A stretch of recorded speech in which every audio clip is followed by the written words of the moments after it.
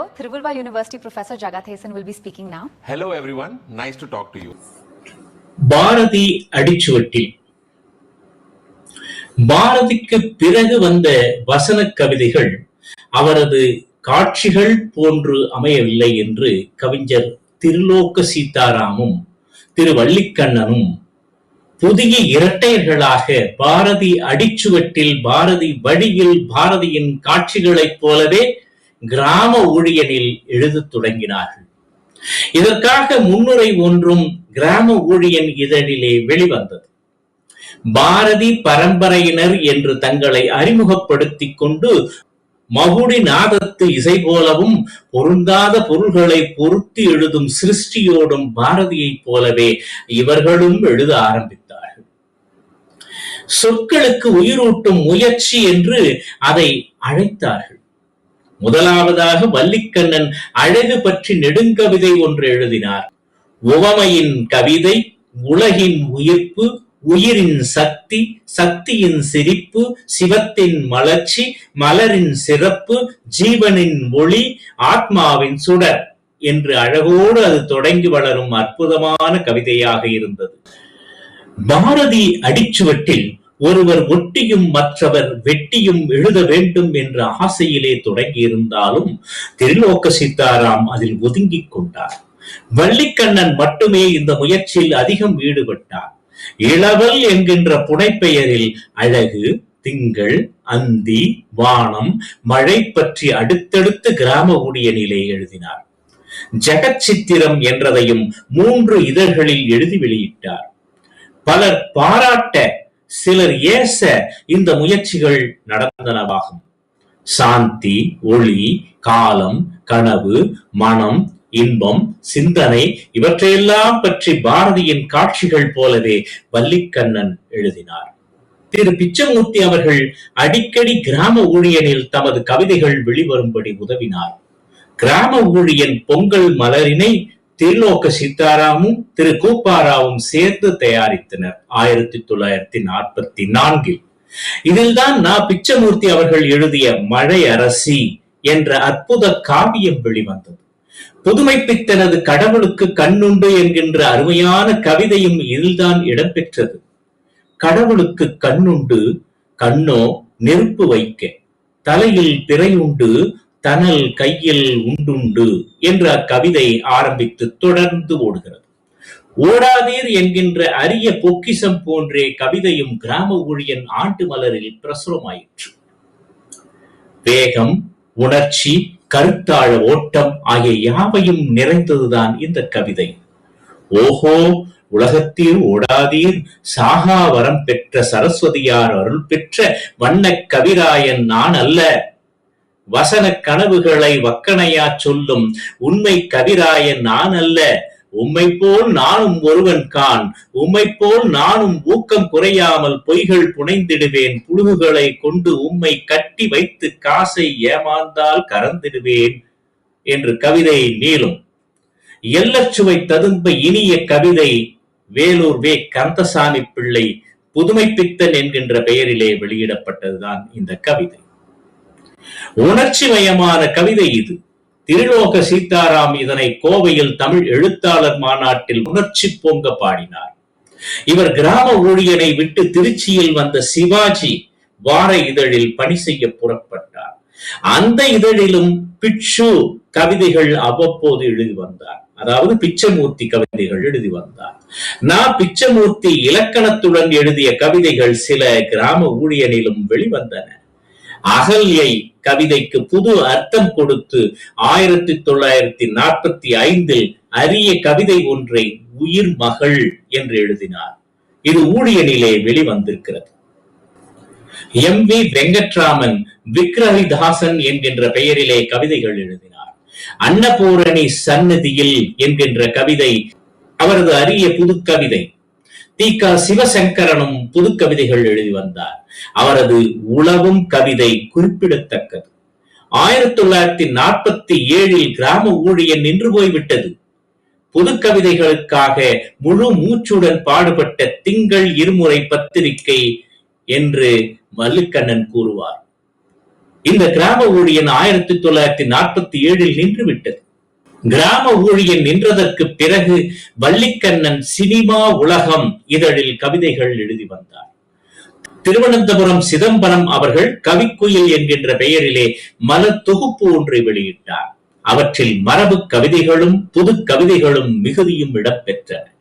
சமுதாய பார்வையோடு அக்காலகட்டத்தில் தி.க. சிவசங்கரன் கவிதைகள் எழுதி வந்தார். அங்கே என்ற கவிதை அவரிடம் ஏற்பட்ட மாற்றத்தை காட்டுகின்ற ஒரு கவிதையாகும். வெறும் இலக்கிய பார்வையில் இருந்து சமுதாய பார்வைக்கு தாவியவராக திரு க.சி. காணப்படுகிறார். காளான் குடை நிழலில் என்கின்ற புதுமை பித்தன் கவிதை கவிக்குயில் 2வது மலரில் வெளியானதுதான். யோகியாரும் சில வசன கவிதைகளை எழுதினார். சினிமா உலகம் அவற்றை பிரசுரித்தது. விட்மன் கவிதைகளை அவர் மொழிபெயர்த்தார். மனிதனை பாடுவன் என்பது அந்த தொகுப்பாகும். 1940களில் வசன கவிதைக்கு உதவிய வளர்ச்சி காலங்களாகும். ஒரே ஒரு குறை, இந்த காலகட்டத்தில் வசன கவிதை வளர்ச்சிக்கு உதவிய இதழ்கள் நின்று போக திரு நா. பிச்சமூர்த்தி போன்ற சிலர் தம் எழுத்துக்கள் வர முடியாத நிலை ஏற்பட்டுவிட்டது. பொது கவிதைக்கு ஒரு தேக்க நிலை இதனால் உருவாகிவிட்டது என்று சொல்லலாம். 1937 புதுக்கவிதை எழுதிய தொடங்கியவர் தான் நா. பிச்சமூர்த்தி அவர்கள். 1946க்கு பிறகு எதுவுமே எழுதாமல் இருந்து விட்டார் அவர். கிட்டத்தட்ட 10 ஆண்டுகளுக்கு பிறகு 1956 புது விழிப்புடன் எழுதியவை பல. ஆகவே இவர் கவிதைகள் இரு காலகட்டத்தை சார்ந்தவை என்று சொல்லலாம். பிச்சமூர்த்தியின் கவிதைகளில் முதற் காலகட்டம் 1940களை சார்ந்தது. அடுத்த காலகட்டம் 1960களை சார்ந்தது. பொது கவிதையின் சிறந்த முன்னோடியான திரு நா. பிச்சமூர்த்தியின் கவிதைகளை காலம், கருத்து, பாதிப்பு என்கின்ற வகையில் ஆராய வேண்டும். இங்கே முதற்கட்ட கவிதைகளில் நமது பார்வையை செலுத்தலாம். இயற்கையின் சௌந்தரியத்தையும் வாழ்க்கையின் தத்துவத்தையும் ஒரு யோகியை போல மிக மிக நுண்மையாக பார்த்தவர் தான் பிச்சமூர்த்தி அவர்கள். அவற்றையே தமது கவிதைகளாக ஆக்கி வெளிப்படுத்தியவர்.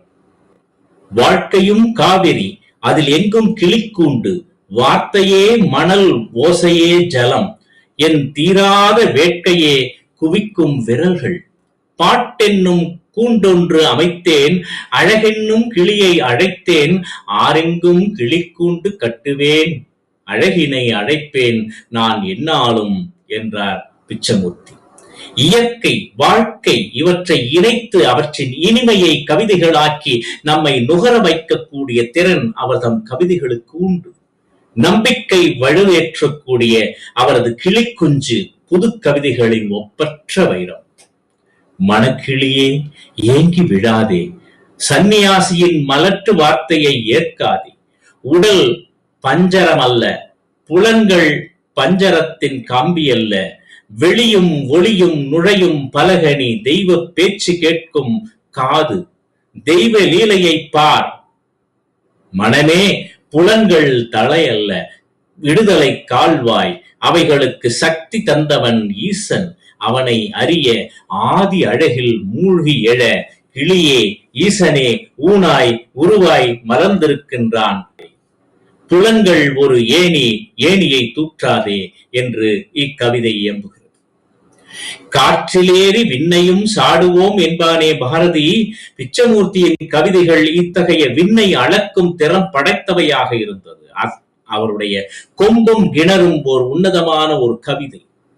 நார்களோ கலைஞர், ஆமை போல் உணர்ச்சியின் கிணற்றில் அமிழ்வோம், மூக்கோடு கொண்டு விதியை எதிர்ப்போம், கீழ் உலகேழும் தயங்காது இறங்கி ஜீவன்கள் லீலைகள் கூடாது கலைப்போம், அணிலை போல கொம்பேறி ஒளிக்கணி கடிப்போம், சாலையில் மேலேறி செம்மலர் உதிர்ப்போம், மேல் உலகேழும் படகோட்டிச் செல்வோம் என்று முழங்குகிறது. இது உதயம், இருள், ஒளி பற்றிய அவரது வர்ணனைகளே அலாதியான சிறப்பை கொண்டிருக்கின்றன. செம்பட்டு சல்லடம் சொகுசாக உடுத்தி, செம்மலர் கூடையை இடுப்பில் இடுக்கி, சதங்கைகள் சிலம்ப கீழ்வானில் உதயம் முளைக்கின்றாளாம்.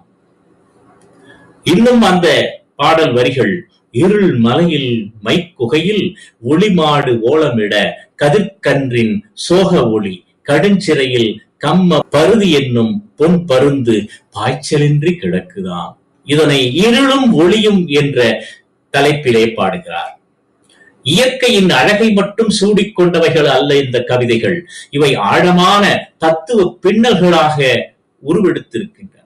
கிளிக்குஞ்சு, கிளிக்கூண்டு, காற்றாடி, பூக்காரி, மார்கழி பெருமை, மடைக்கூத்து, இப்படி எந்த கவிதையை எடுத்துக்கொண்டாலும் காட்சியும் இனிமையும் தத்துவ சிறப்பும் வாழ்க்கையை பற்ற தரிசனமும் அவற்றில் இடையோடக்கூடியதாக இருக்கிறது. எந்த சிறிய பொருளும் கூட பிச்சமூர்த்தியிடம் மின்ன ஆரம்பித்து விடுகிறது. வறட்சிகள் அற்ற கவிதைகளாக அமைந்து தன்னம்பிக்கை வெளிச்சம் தருவதிலே இன்னும் சிறந்து விடுகின்றார். இனிமை, ஒளி, எளிமை, உணர்வு ஓட்டம், அழகு, கருத்தாழமுடைய கவிதைகளை இயற்றியவர்தான் பிச்சமூர்த்தி. நீண்ட கவிதைகளாக சிறு காவியங்களையும் படைத்தளித்திருக்கிறார். பழைய நம்பிக்கைகளை இவற்றிற்கு கருவாக வைத்திருக்கிறார். மழை அரசி அற்புதமான ஒரு சிறுகாவியம். இவரது சாகா மருந்து மேலும் ஒரு சிறுகாவியம். புதுக்கவிதையின் உதயகாலம் 1940 அளவுகளில் வளர்ந்து செழித்து தேக்க நிலை பெற்றுவிட்டது. பல பத்திரிகைகளில் புதுக்கவிதை முன்னோடிகளின் அற்புதமான கவிதைகள் வெளிவந்தன. ஒரு நவீன முயற்சியின் பருவகாலம் என்று இதை சொல்லலாம். வாதங்கள் முற்றிய போதே வசன கவிதைகளின் பூத்த காலம். திரு நா. பிச்சமூர்த்தி, உ.ப. ராசகோபாலன், வள்ளிக்கண்ணன் முதலான பலர் தம்முடைய கவிதைகள் இங்கே ஒரு பார்வையாக, பருந்து பார்வையாக நாம் பார்த்தோம்.